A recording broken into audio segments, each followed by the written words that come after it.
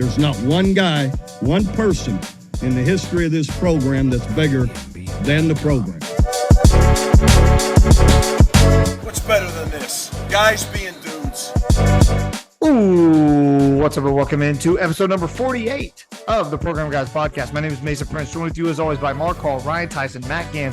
No Patrick Hertzberger this week. Today is Thursday, December 8th. Wow. Be sure to like and subscribe on our YouTube channel. You can follow us on Twitter at Program Guys with a Z, on Instagram, Program Guys with a Z, our Facebook page, Program Guys Podcast, wherever you get your podcast, on Apple Podcasts, Spotify, all of that good stuff. Our YouTube subscribers keep going up, folks. Keep on joining the train. Trying to get to 1,300 subscribers. Costs you literally $0.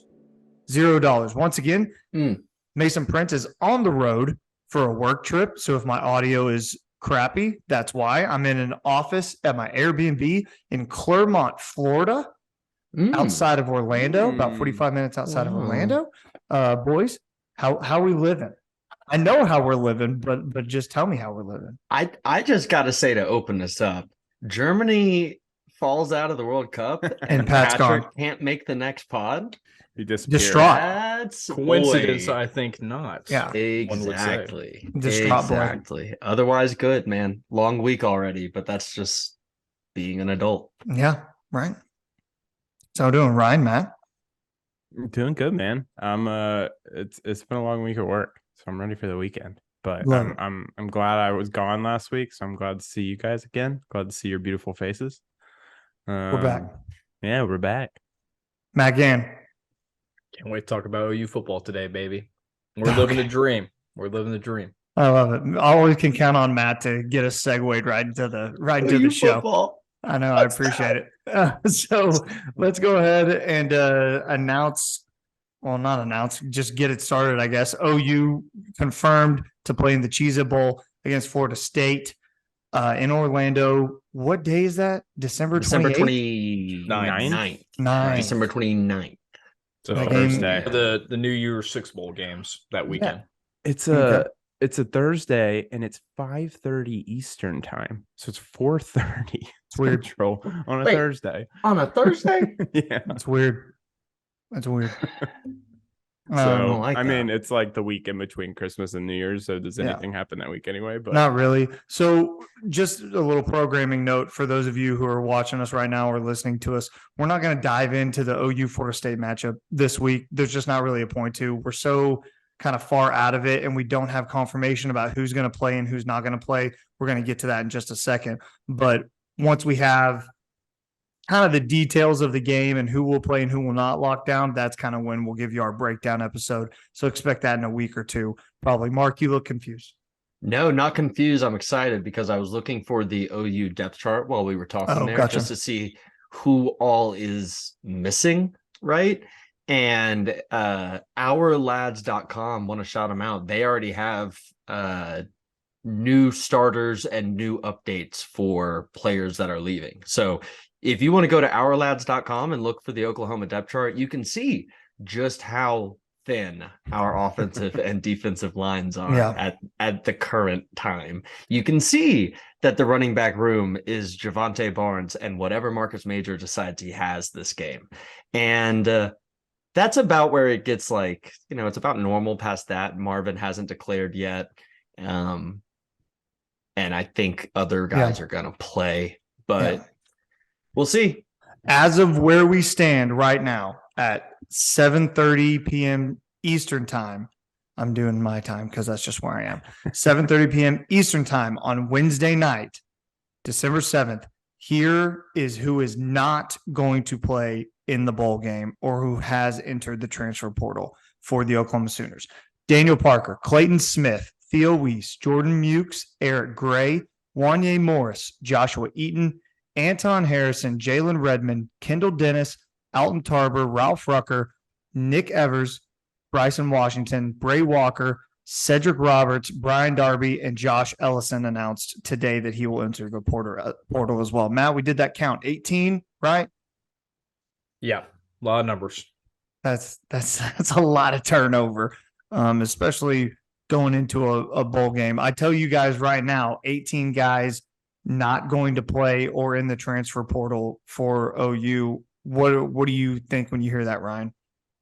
Well, I mean, a lot of these guys haven't been getting playing time this year. So I probably wouldn't. Maybe they would have got brought in with some of the people who have declared and are not playing. I mean, obviously, the big misses, Wanye Morris, Eric Gray, Theo Weiss, like, we're going to miss Anton them a lot. Harrison, yeah, Anton that hurts Harrison, as well. yeah. I mean, like, those big ones, like, we're going to miss. But I think, like, you know, I don't know, probably, 13, 12 of these weren't seeing playing time-ish, around that number.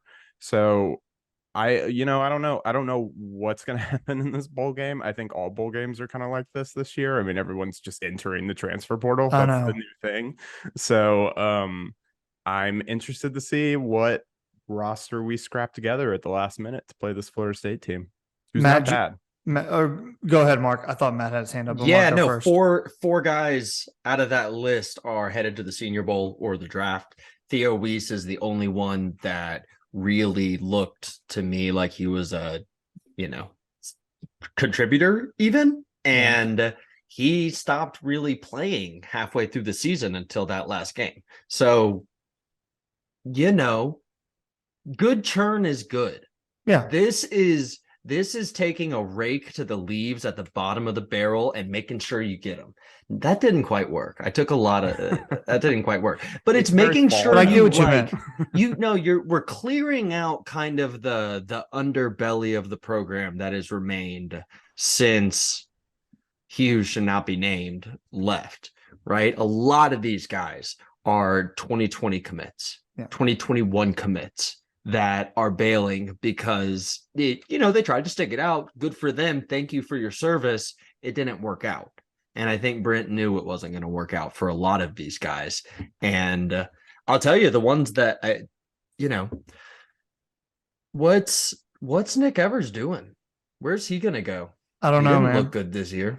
I know that this isn't OU related, but JT Daniels is in the portal again. There's guys going in the portal where I'm like, fam, where are you going to go? Like, what are you going to do? Well, and especially these quarterbacks, man, there's only so many spots and y'all are now playing musical chairs. Yeah. And all you did was get up from a chair. You had one. Yeah. And they had one like Nick Evers is at OU, like with, he probably wasn't going to get a lot of playing time, right? But like he could have at least stayed maybe another year, got some more experience, and then gone. I don't know. Or maybe waited for a spot to open. I don't know where he's going to go. I have no idea. Well, I mean, who's looking for a redshirt freshman to come in and take the program over with no experience in the portal? No, you're not Caleb Williams. No, you're not. Also, I want to give credit. That list that we read off was courtesy of Sports Illustrated's John Hoover. He had that up, si.com. You can find that. The list it keeps on running. He adds a tally to it each time a player leaves. So it's a good, helpful tool in case you're wondering. Matt, I feel like I cut you off. Did you want to add something? No, you're good. I think Mark and Ryan hit a lot. I think it's good churn and burn. These are a lot of guys that are pre-PV guys or from the previous regime. Not a lot of production other than Theo Weiss, Eric Gray, and those offensive tackles are going to be greatly missed in the bowl game. So it will be really interesting what BV and the coaching staff comes up with when it comes to the actual bowl game itself. But maybe a good opportunity for some good young guys to get in there and see who will be sticking around for the future upcoming years. So it'll be really interesting to see what that final roster breakdown will be and what guys will play. The biggest one obviously being DG. We had not heard from DG at all either. Obviously Marvin Mims as well, as Mark mentioned. So those are two guys that have obviously had a lot of production for the Oklahoma offense this year. What does Mims do? Does he go to the draft? Does he stick around another year? DG, does he enter the portal, try to take a chance? Be really interesting the next couple of weeks. But I know what the coaching staff is doing is they're not worrying about the people in the portal. They're actually going into the transfer portal. I know we're about to talk about it here in just a little bit, but definitely some good transfer targets. I think that the coaching staff is going after to replace some of these guys that we just need depth at this point for the roster itself. The last thing I have. You do your. Okay, I'll do mine. Josh Ellison. He looked good the last half of the season or maybe the last 3 games, honestly. And that one sucks because defensive line depth is looking like it'll be an issue. Yeah. Mark and Ryan kind of made the point, and I think it's it's important for OU fans to understand, you're going to see all these bodies leaving, but one, like Ryan said, these guys aren't getting a lot of playing time. And number two, Mark said turnover is good. Think about this in a season that this team was 6-6 and so many guys got on the field to play. We're constantly hearing these guys say they're entering the transfer portal. And Ryan made the joke a couple of times in our group text that he was like, I don't know who that is. And that's kind of the point, right? That's kind of the point, right? Like these guys just aren't a fit in a year where they were trying to get people on the field, trying to figure out what they had. They already knew what they had in those guys and they knew they weren't good enough to be on the field. So that's not to discredit those guys. I'm sure they can go somewhere else and play solid football and be good players. But I want to credit Brent Venables and the staff for knowing that these guys weren't good enough. And they're okay with these guys leaving. They're not trashing them on the way out, like none of that stuff. So I feel okay about it is, I guess, the thing I'm trying to say.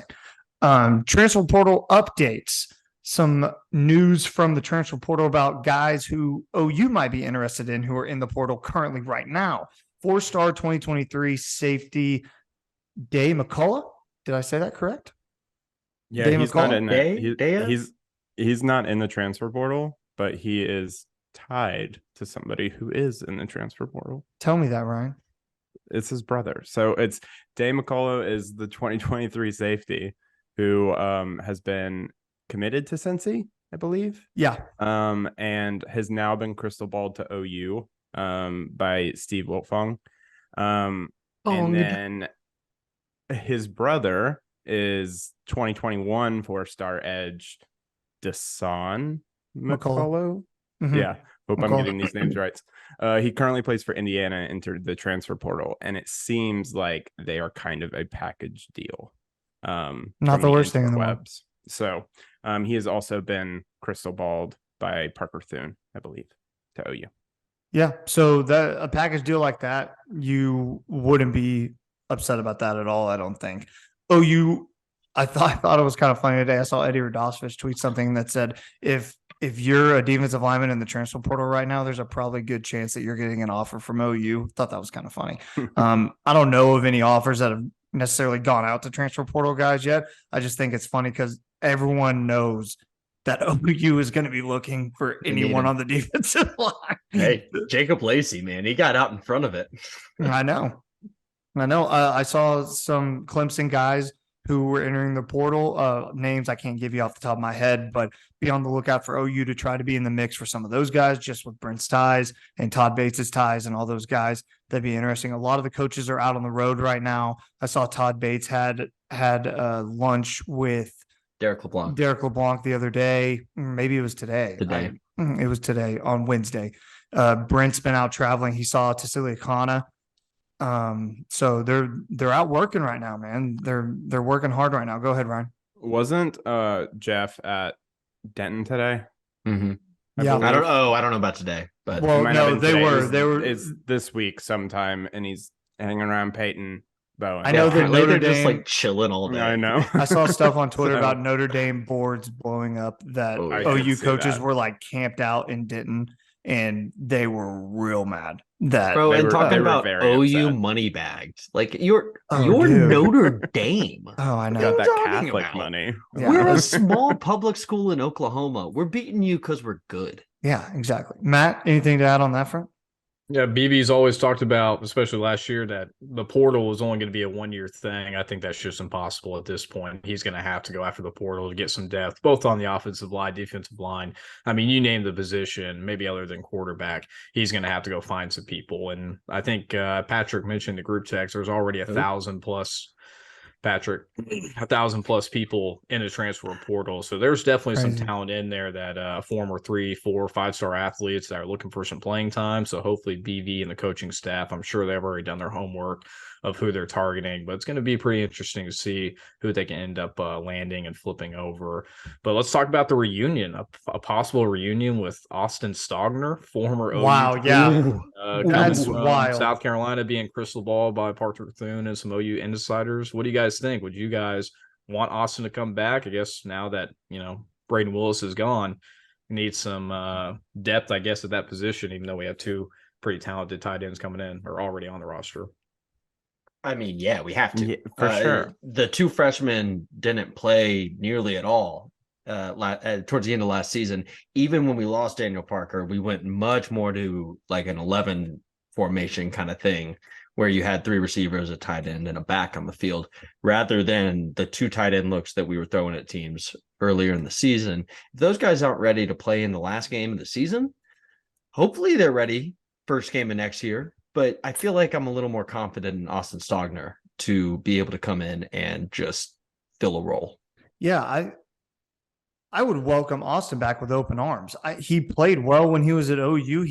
He wanted to leave because the coach that recruited him left. Like, that's not a knock on him. I get it. That's what you wanted to do. But if anyone in that class, Spencer's performed well, so I should give Spencer credit where it's due. He's found a good home in South Carolina. But Austin was the other name from that class who's actually like shown that he's capable of can play well. So why not bring him back? You know, he's a good body. You know, he can play well. I'm sure he'd thrive in Levy's system.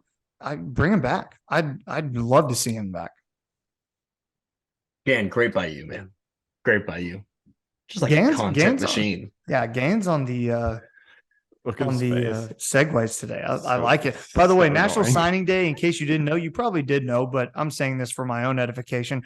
Early signing period, December 21st, 2 weeks from today, early signing period ends or starts, or it's the day. It's just the one day, I think is what it is. And Dude, then all of that confuses me. If there's I a know. commenter, if there's a listener that really understands like the timing of all of this and can put it down there for us, that would be greatly appreciated. You'd be locking in commenter of the week. that's very true. Locking it in. Anything else on the recruiting front, guys? Do we have anything else we wanted to add? We have been throwing a number of offers at transfer players, and I just see them like retweeted onto my timeline. You know, a lot of teams are also going after a lot of these guys, but it would be nice to see some fresh, older faces to, you know, plug holes, because there are holes that need plugging, especially along the trenches. Personally, I'd feel better about like grad transfers as opposed to like underclassmen transfers.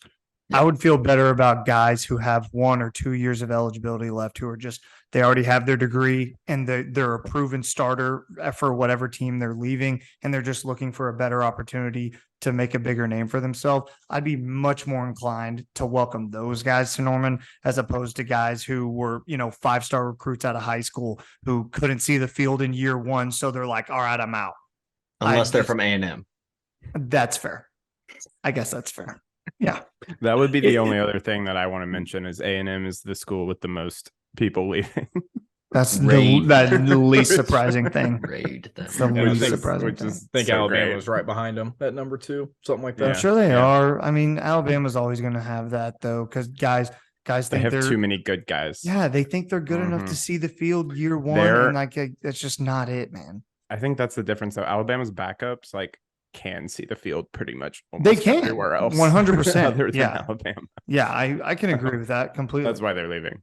Yeah. Anything else on the recruiting transfer front, boys? Let us know down below in the comments if you're watching on our YouTube channel. We read every single comment, by the way. Love seeing your comments every week. Let us know what transfer guy you think you should go after. Who did you not like to see enter the transfer portal? Who do you hope stays? All of that stuff. Remember, once you're in the portal, you can withdraw. We saw Theo Weiss do it last year. He's probably not going to do it this year, but Nope. which is fine. But you can still do that. You can still get out of the portal and come back, and it'll be interesting to see what Brent's policy is on all of that stuff in year 2. We also hit the 1-year mark of Brent Venable's hiring. I think that was a couple days ago. So 1 year into the Brent Venables era. Not the best first year. Not the Not one where that we expected. yeah, it not what to we be, expected. but still optimistic. I for think the we're future. going in the right direction though. And I saw on Twitter, which is hilarious that I say that out loud. I'm using this as a reliable news source, but apparently they had a barbershop in the team center that they turned into like a nap pod center. They got rid of the barbershop in the team center, and it's like floating water beds. you like get into and you like lay on a waterbed and it's like a pod. I don't know. Thought it was interesting. Like at OU? At OU. At OU. Oh. So he's making I thought they were changes. I thought they were like doing all that with like the new building that they just approved. They will, is but it, I mean, it's the not ready yet. It won't be ready for a year and a 175 half. million or whatever. Yeah. A year and a half at least. I don't know. They had a what barber shop in there? They did, I guess. Fascinating. That's one of those things that is just like you thought to put a barbershop before a recovery, Yeah. like extra recovery, before putting resources towards our Bells and student whistles, athletes. man. Bells and whistles. I Pictures with Lambos. Yeah, I mean, we're still doing that kind of, but Are we? Have you seen yeah, the the Jackson gigantic- Arnold GIF with Jeff Lebby every time we get a recruit? Oh, and no, like I haven't the- seen that. isn't- You've seen That's- it. You've seen Have it. I? Okay. Yeah. They're Maybe still I using like the throne, aren't they? Still throne? using Yeah, I the guess. recruiting. I Like guess there's the some throne. things. But the barber shop, man. Yeah. I guess in my head, I always assumed that Oklahoma was already doing some of these top of the line rest and recovery kind of things. And to find that, we had to switch the broom closet barbershop into a place. Here's what I found. What were we doing? Here's what she found. Here's what she what Yeah. she found. And I know. it was about to be inappropriate because she's not Probably. happy about it either. Yeah, probably. All right, let's move on to some college football playoff talk. What do you say, guys? OU not in the college football playoff, but neither is Alabama or Clemson. First time since the playoffs inception that Alabama or Clemson weren't in the playoff. That's kind of interesting. I found that factoid quite interesting. Georgia against Ohio State in one semifinal, Michigan against TCU in the other.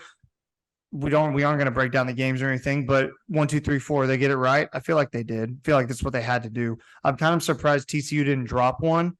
I'm glad they didn't, but I think they got it right. If TCU can't drop from losing a game, then why have them play a game? I know. I struggle mightily with that. I understand why they kept it this way because you don't want to have the Michigan Ohio State rematch. in round one. Okay, yeah. Like I I get disagree. it. Why do you disagree?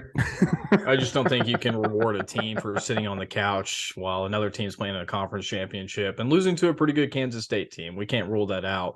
And I even called it. I told you Kansas State was probably going to be one of the upset teams because they played them so closely earlier. You can't reward a team for sitting on the couch eating popcorn and boost them up when you just got beat by 20 at home. to They've Michigan. done it There's no before. way. They've done it. That's the precedent no way. that they've set, and you really can't ask a team to go out and play the game. And then when they don't show up, when they can't get it done, say, "Oh, well, it didn't matter." That's I'm not saying it doesn't I- matter, but I think Doesn't make any ultimately sense. it comes down to like the records. I think if TCU had another loss, obviously they would have been out. I mean, Yeah. if you're taking 11-1 TCU, 11-1 Ohio State just got destroyed in their last game at home, and TCU lost by 3 to the 8th ranked team in the country in a neutral site location. I think if you compare those, I think that's why they put TCU in head. okay. I think the record always matters. I think they lost. I think they lost a TCU game, has- and TCU teams should has drop when they 5. lose games. TCU has 5. I'm not disagreeing with that, Mark. I think there should be some like I think when USC lost TCU, it didn't matter what they did. That's what No. I mean. That's what the committee showed us. Yeah. Right. As long as they kept it close, it doesn't matter. We have no one that we're comfortable putting above you. Yeah, and that's it. I think there was no one there who they felt comfortable putting there. I mean, you got Ohio State, who came in, who I just mentioned, had lost by 25 at home, and then right behind them you have Alabama, who has 2 losses. You can't put them in. Tennessee has 2 losses. You can't put them in. Like they didn't have anybody else, so they're like, okay, so we have TCU and Ohio State, and we don't want Ohio State and Michigan to play again. That was boring. So Right. let's That's put the part TCU that in. I just fundamentally disagree with is hey, the entertainment is something we should value over the fact that this team just lost their conference championship. Mhm. That's all. I just don't think that's a criteria based on the criteria we've had in previous college football playoffs. I don't What's the think that's- criteria, Matt? Tell me what it is. Strength of record, strength of We love the schedule, rivalry. win-loss, conference championships, wins against ranked opponents. Those are the things that actually matter, not because Michigan and Ohio State just played last week. If that's a factor, then the college football committee has gotten all wrong. But I don't think they're going to factor that into their situation at all. You really don't? Nope. I don't think Ohio State deserves to jump TCU even after losing a conference championship. I have a fun what if, and maybe this is going to take us off the rails. So Mason, please correct me if I'm wrong. I'm already about to pull the plug, but go ahead. Like if USC would have won and everything else happened the way it did, USC would have went to 3 probably. And would they have taken Ohio State or would they have taken TCU? No, I think you have to take TCU. The way they've done, TCU staying at 3 tells me TCU. I get where your head's at, Yeah. but they would there's just no shot. They can't do that. They can't. I don't think they can. Not with the recency of Ohio State getting blown out by Michigan just 2 weeks prior. Go ahead, Mark. I do think to some degree we're a little bit burying the lead. I mean, oh, never mind. We're going to talk about it later. USC is not in the playoff, guys. I know. Yeah. Super How great. cool is that? All right, we'll get to it later, but Love it. man, they suck. Okay. Heisman finalists. TCU quarterback Max Duggan. All quarterbacks, by the way. 4 guys going to New York. TCU quarterback Max Duggan. USC quarterback Caleb Williams. Georgia quarterback Stetson Bennett. Ohio State quarterback CJ Stroud will be the finalist in New York for the Heisman Trophy. I think they do that next week. Pretty sure. Mhm. So anything surprising right there? I think Stetson Bennett is the biggest surprise for a lot of people. And look, you can be upset. He doesn't have the stats that the other quarterbacks may have. It's not as flashy, but I mean, he's the best quarterback on the best team. He's going to get an invite. And people think that these invites are like just handed out willy-nilly. Like these are the top 4 vote getters. These are the top 4 vote getters. They aren't just like inviting Stetson Bennett because it'd be a fun time. He got enough votes to be there. So that's, if you want to be mad at anybody, don't be mad at the Heisman Trust, be mad at the voters. They're the ones who got him there. Be mad at me because looking at the list, I kind of think Stetson Bennett should win the Heisman. Wow. Every time I watch him, he's just doing the right thing. He's getting the ball to the playmakers on that team. He's their Baker Mayfield. And like, say what you want, he's not an NFL quarterback. Hey, maybe Baker's not either. But the dude is 37. I won't accept that. The dude is 37 years old, and he is running that team every single game. They're undefeated, and he's a lot of the reason why. They weren't there with who was before him. JT Daniels, Jake Fromm, Jacob Eason. They weren't there with those guys. They're there with the mailman. I think he's the reason they won a national title last year. Bang, he's the reason.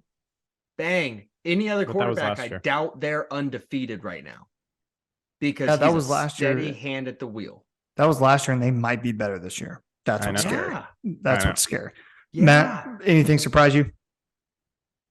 The list doesn't surprise me because who else are you going to put in there? I know Patrick sent us a group check, so we have to do an honorable mention for his Tennessee Volunteers that Hendon Hooker didn't get invited. That's fine. I will say if they had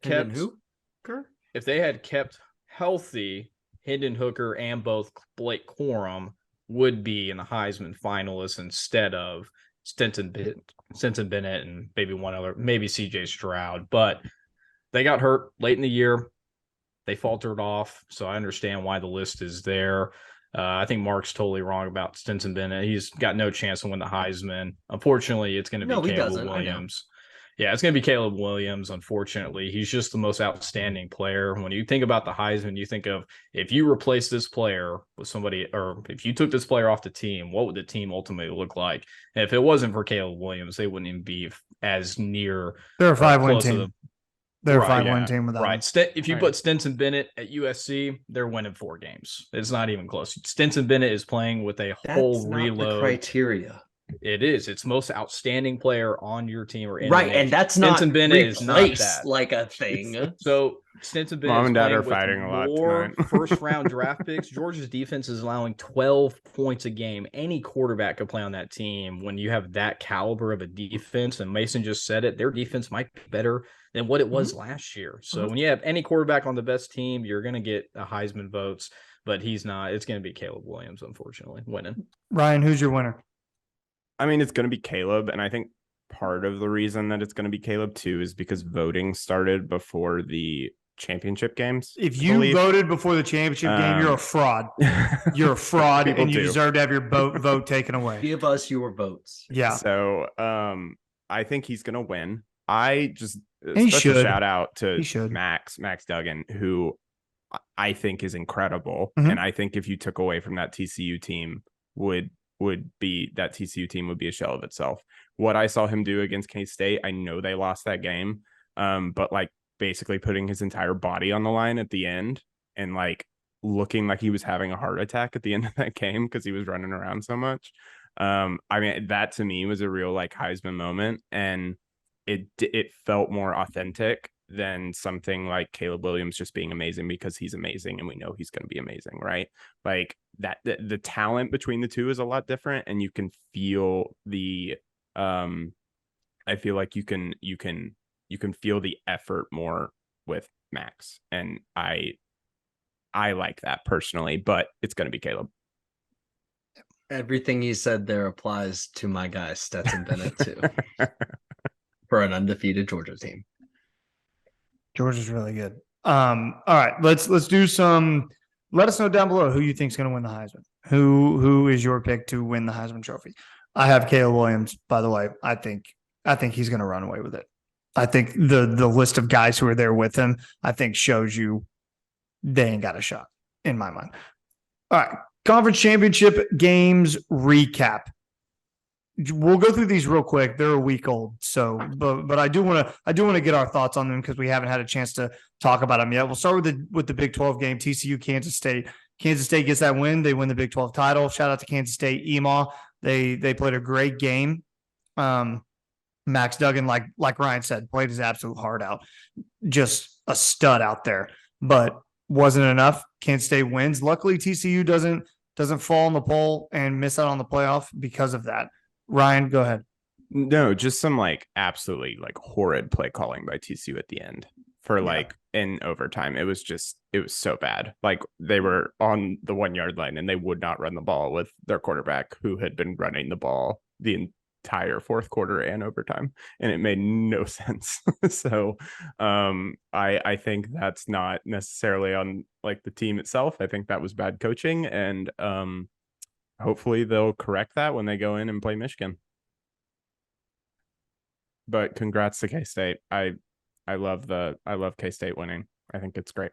So I love them too, man. Kansas State is fun. Shout out Will Howard. Thought he played a solid game as well, even though the stats aren't going to jump out at you. Thought he played well. Deuce Vaughn. I wish the Miami Dolphins had a first round draft pick because I want that dude on my team. He's so small and just so great. He's fun, man. He's going to be Austin. He's going to be Austin Eckler. That's what he's going to be. He's going to be Austin Eckler in the NFL. It's going to be fun. What'd you see, Matt? I called it. I said that Kansas State would upset the TCU Horned Frogs. TCU's always got just kind of one loss into their season when they make a run like this. Again, it was probably the best championship game of the weekend against those two teams. So it was a great one to watch. One was pretty great. Well, right, a little bit biased, right? But I think overall it was the best game of the weekend. And even though TCU lost, I'm glad they're getting a shot in the playoff. Be interesting to see how they handle Michigan, a real good opponent. Mark, anything to add on that game? No, sir. Deuce Vaughn's really good. Deuce Vaughn is very good. Okay, Michigan, Purdue. Michigan wins 43-22 over Purdue. They have the most Big Ten titles in the conference's history. I think they have like 44 or something like that. It's kind of wild. They beat the dog crap out of Purdue. I want to give a shout out though. I covered a kid when I lived in Georgia. He played for Peach County High School. He was a kicker. Mitchell Finneran. He was Purdue's kicker. He hit, I think, 4 field goals in the game for Purdue. Perfect 4 for 4. Shout out to Mitchell, man. I watched him in high school. To see him, he went to Samford in Alabama and then transferred to Purdue as a grad transfer for this year, and was a big part of the Boilermakers' success and putting points on the board. Shout out to you, Mitch. Any relation to Brian Finneran, the former Falcons receiver? No idea. He's from Georgia. I don't know.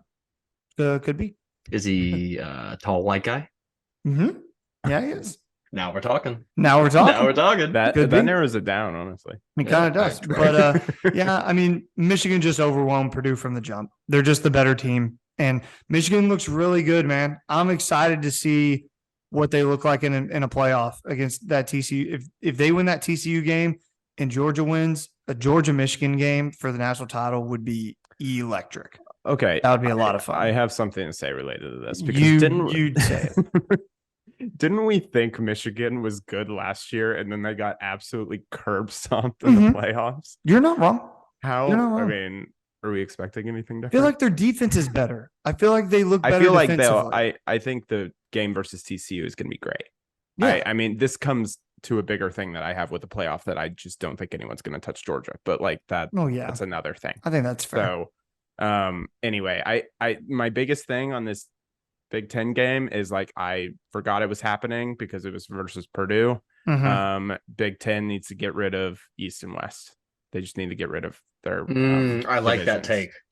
That's a pretty good take. Get rid of it. Although It'd be so now that USC and UCLA are joining, you do have you have one more good team in the West.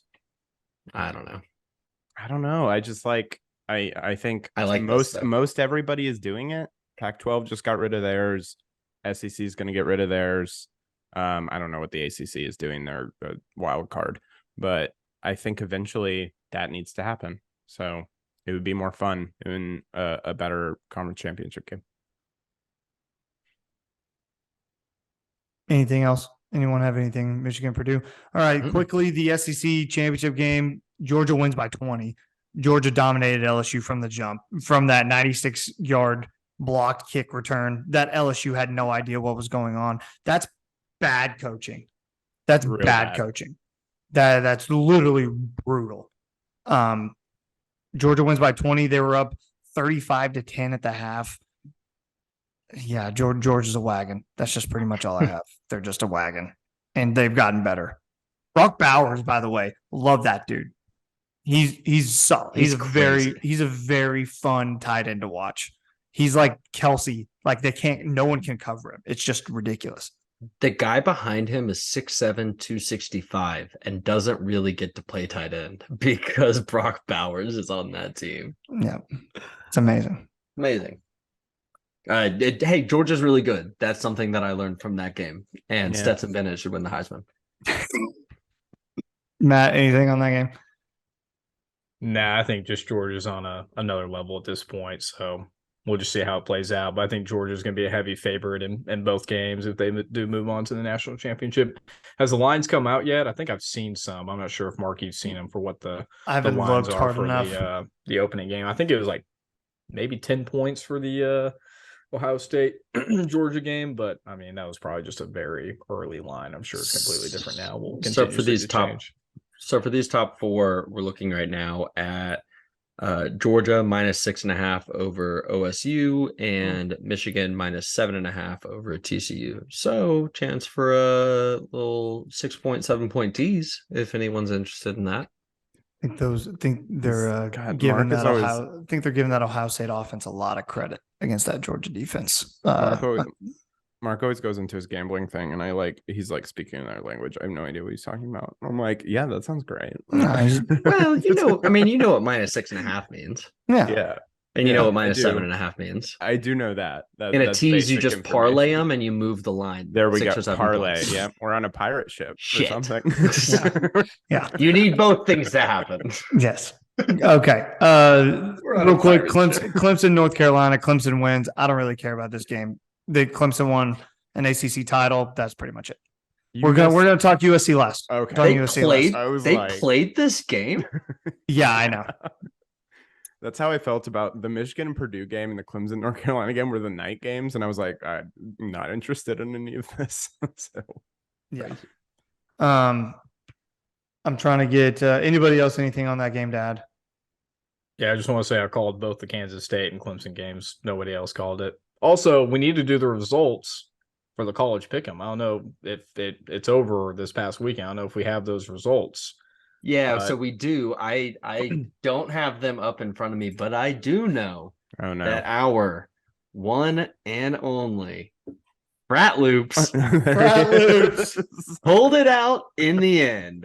Way to go, Frat Loops. Congrats. Congrats, Frat Frat Loops. Loops. Truly an incredible showing out of him. Very impressive stuff, man. We'll get you something, Frat Loops. We'll get you something from the pod. I got to hear. I'll do the top 4. So Frat Loops ended 81 and 58. That is 99.5 percentile. Wow. Incredible. Should have gone and made some money. Mark, I hate saying this. Mark, second place, 76 and 53. Right behind was Morris 94, 75, 64, and then me and some guy, Norman Landfill, both tied for 4th at 74 and 64. So I made a late run, couldn't quite catch up. You really made a run. Yeah, the last couple weeks, but just couldn't catch up to the all prime Marcus Hall, and no one's going to catch Frat Loops at all. So congrats to you both. 5 games. Okay. USC and Utah. Utah wins the game 47-24. Utah scores 23 points in the fourth quarter to win the game by 23. So what'd you guys see from that game? Obviously, feel like it's easy to say we're all excited that USC lost and that they're not going to be in the playoff. This is exactly who OU was. Like, this is the it. Same team. They exact they team. can't play defense. Caleb Williams got injured and their whole dreams were dashed. They couldn't perform as well offensively because Caleb's mobility was hampered. That's just, they relied on Caleb Williams, and when he's not 100%, this team isn't any good. That's just what it is. That defense was some of the worst defense I've ever seen in my life. It's that hilarious. USC defense was so bad. And like it was just like PTSD of the last 5 years of OU football. And they're the exact same team. They're the exact same team that we were. They have a star at QB who elevates that team to higher standards that cover up a lot of holes. And the second that QB is either not 100% or is not playing well, it crashes and it burns in brilliant fashion, like we just saw. So I was ecstatic. I was super happy. Am I petty? Yes, but I loved it. All right, I'll go. Yeah. Okay, so one positive note, I don't mind Mario Williams. I liked seeing Mario score. He was very open about his deal. Hey, I'm going where Caleb goes. All right, cool, man. Do you? That's cool. I want to encourage everyone to go look at this thread on Twitter by someone. It's a Pac-12 fan called @SigmaUte. It's just a bunch of clips of USC's defense not making plays, and the tweets are like, man, a healthy Caleb Williams blows that play up there.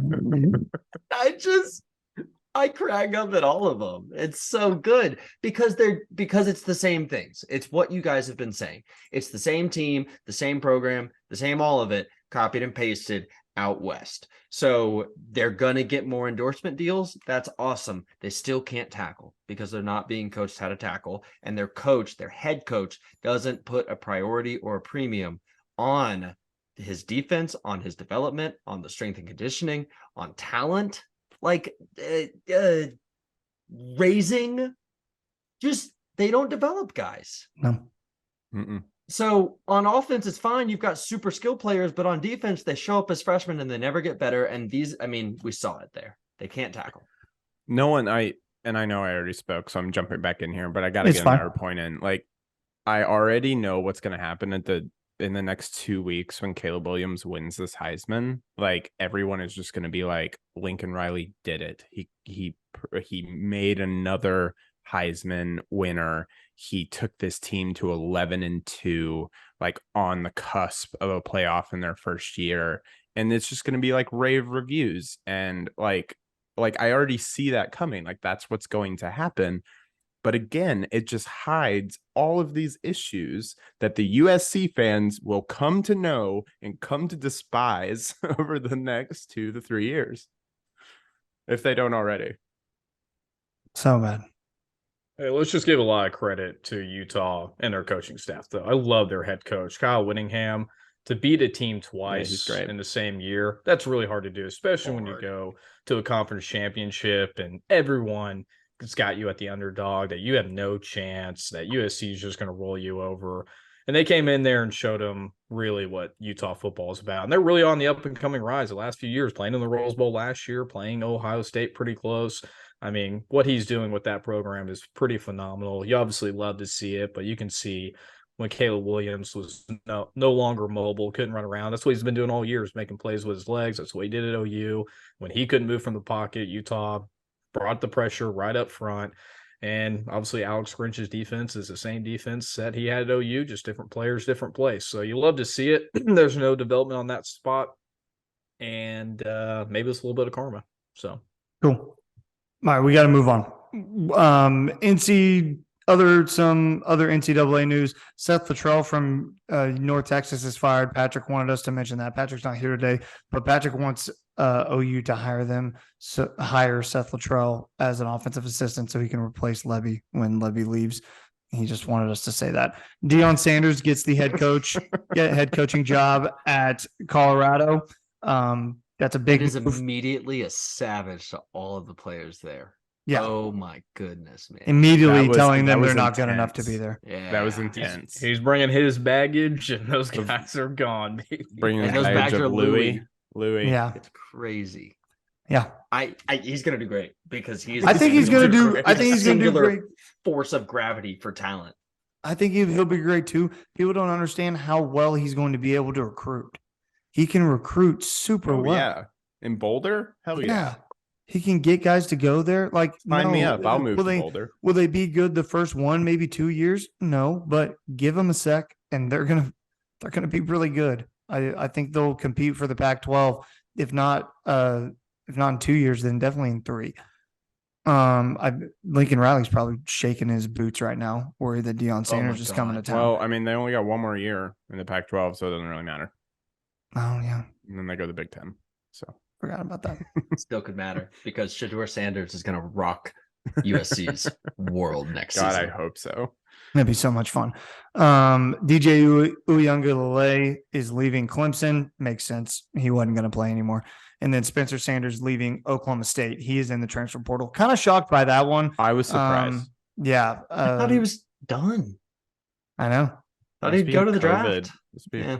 He gets a COVID year for sure, but like he did senior day stuff for them. Yep.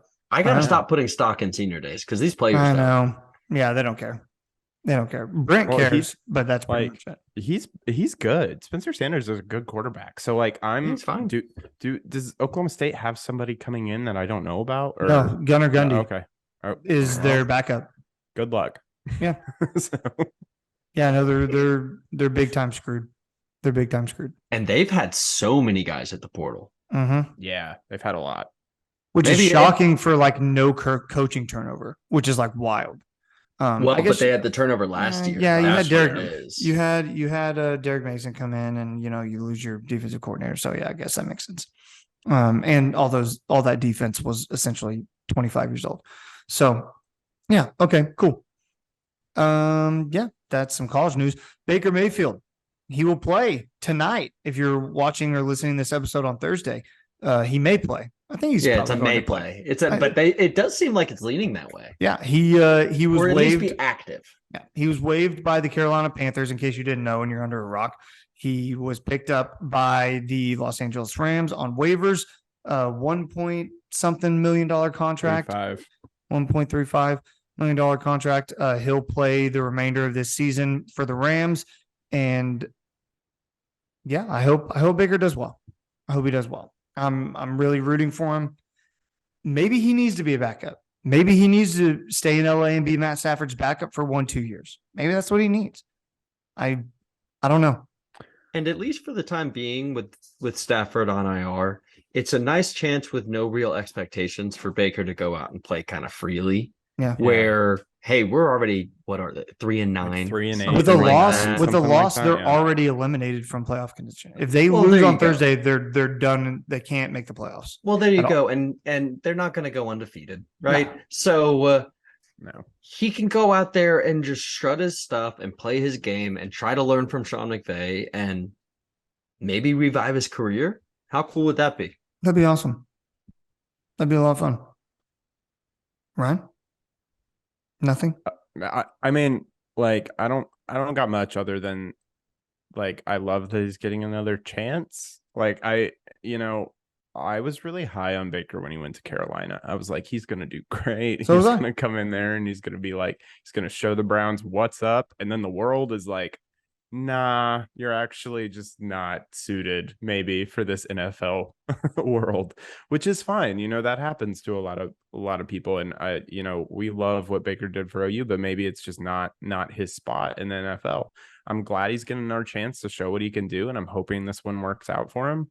I do feel bad that he's just had so many different coaches and so many different teams and never really had a place that he could find stability at. But I'm hoping this goes well for him. And you know what? He just made another $1.35 million. So whatever. I would take it as a win. Matt, anything on the Baker front? And he's just going to another team with a bad offensive line, no running game, and no wide receivers. So we'll just see what happens. I mean, at least he's got Sean McVay, probably the best coach, but not a very good situation. And there's reports that he might play Thursday night. So probably a limited playbook, but I think he'll show what he's got. And Matthew Stafford's got like a spinal cord injury, so it might be longer term. So maybe Baker's a guy. Who knows? We'll find out. Let us know down below in the comments what you think of Baker joining the Rams. If you think they're going to get the win on Thursday night, Baker leading to a win, that'd be awesome in prime time. Let's circle those wagons real quick, Matt Gann.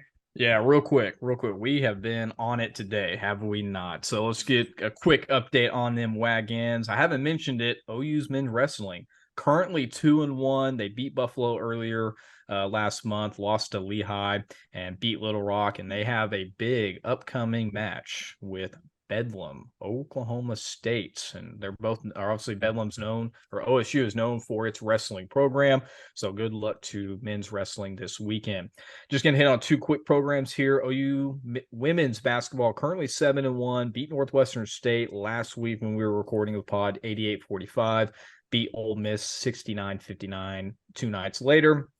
They play Robert Morrison upcoming. So good record for them. OU's men's basketball ended up losing the Big East Challenge to Villanova 70-66. They come back a couple nights later, beat Kansas City, not Patrick Mahomes, but the Kansas City basketball team 75-53.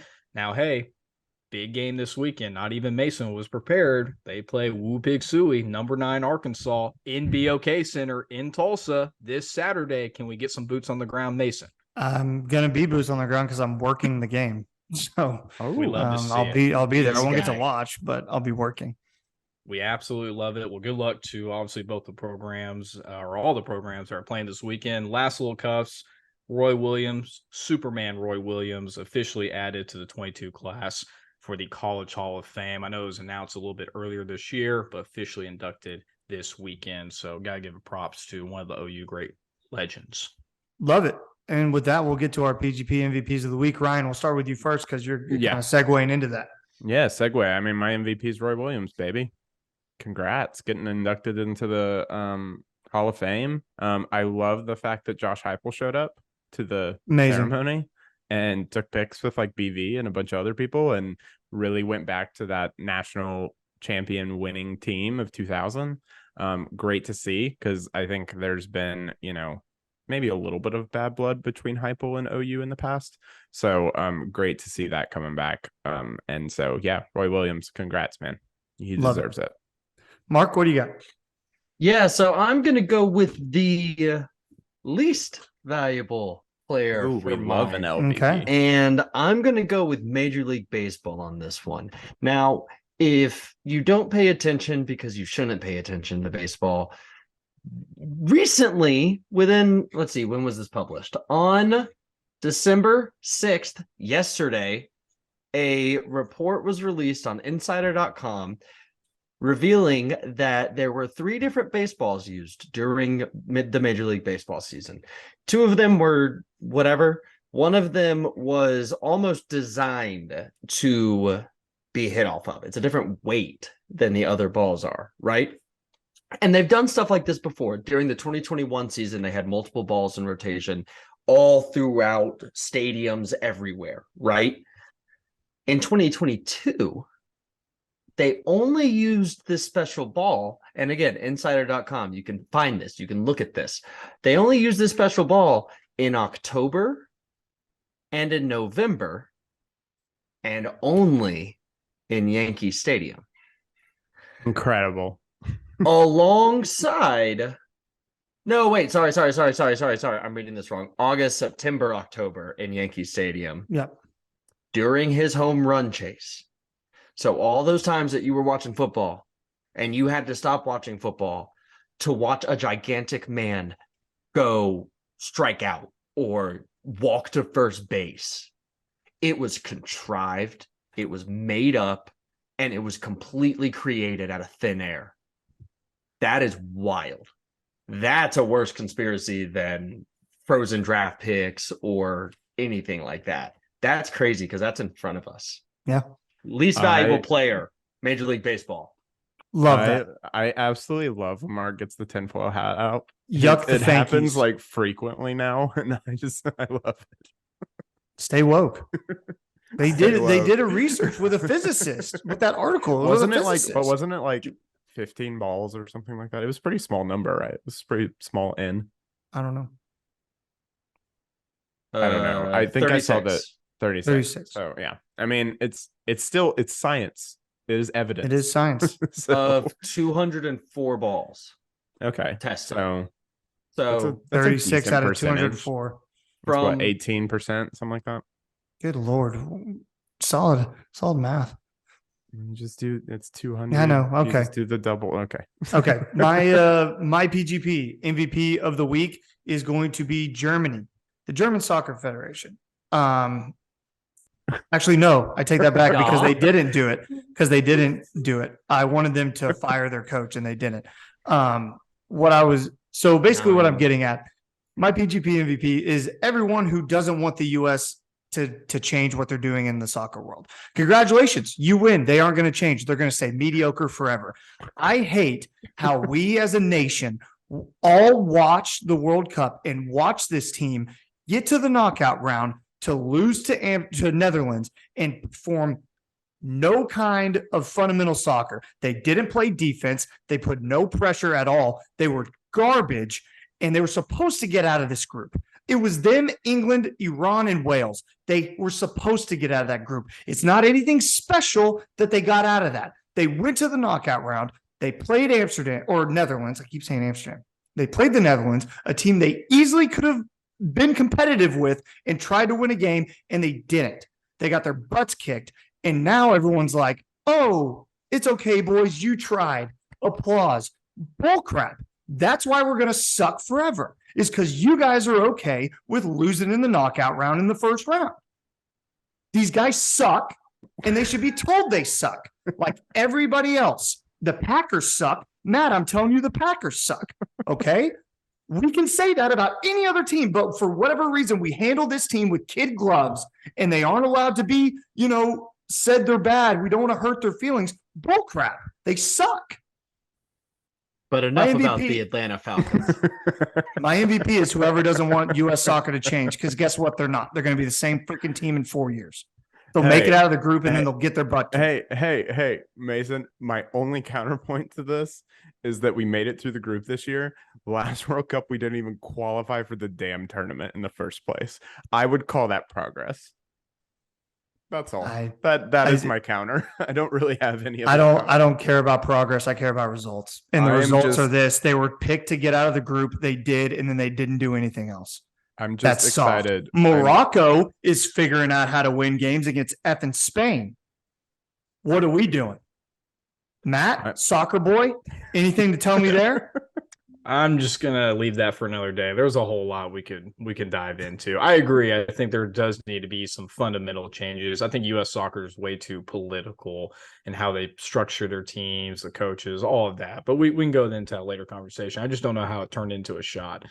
at me, but I appreciate it, Mason. Anyways, That's fair. That's fair. I'm I gonna guess go that's fair. to my MVP, which is related to you. So I appreciate the segue. Okay.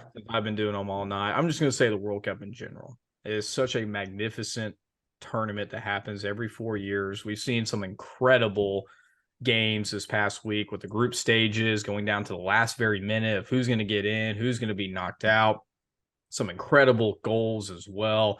Seeing some major upsets, like you just mentioned, with Morocco beating Spain. No one would have considered that to be or imagined. Japan, South Korea, some of these Asian countries making it to the knockout stages as well. That's what makes it one of the, or if not the greatest tournament that the world has to offer. I highly recommend watching the games as we get out to the final 8. England, France, big game this Saturday at 1 o'clock. Probably be the best matchup this week. Gonna be dope. It's just been an incredible tournament. Please watch it. It's awesome. It's my MVP. Love it. All right, boys. Anything else before we get out of here? We missed you, Pat. We missed you, Pat. That's going to do it for this week's episode. Episode number 48 is in the books. Be sure to like, subscribe on our YouTube channel. Follow us on Twitter at Program Guys with a Z. On Instagram, Program Guys with a Z. However you get your podcast, that's where you can find us on Apple Podcasts, Spotify, Google Podcasts, all that stuff. You can also find us on our Facebook page, Program Guys Podcast. That's going to do it for this week's show. Ryan, take us out. Keep pushing, baby.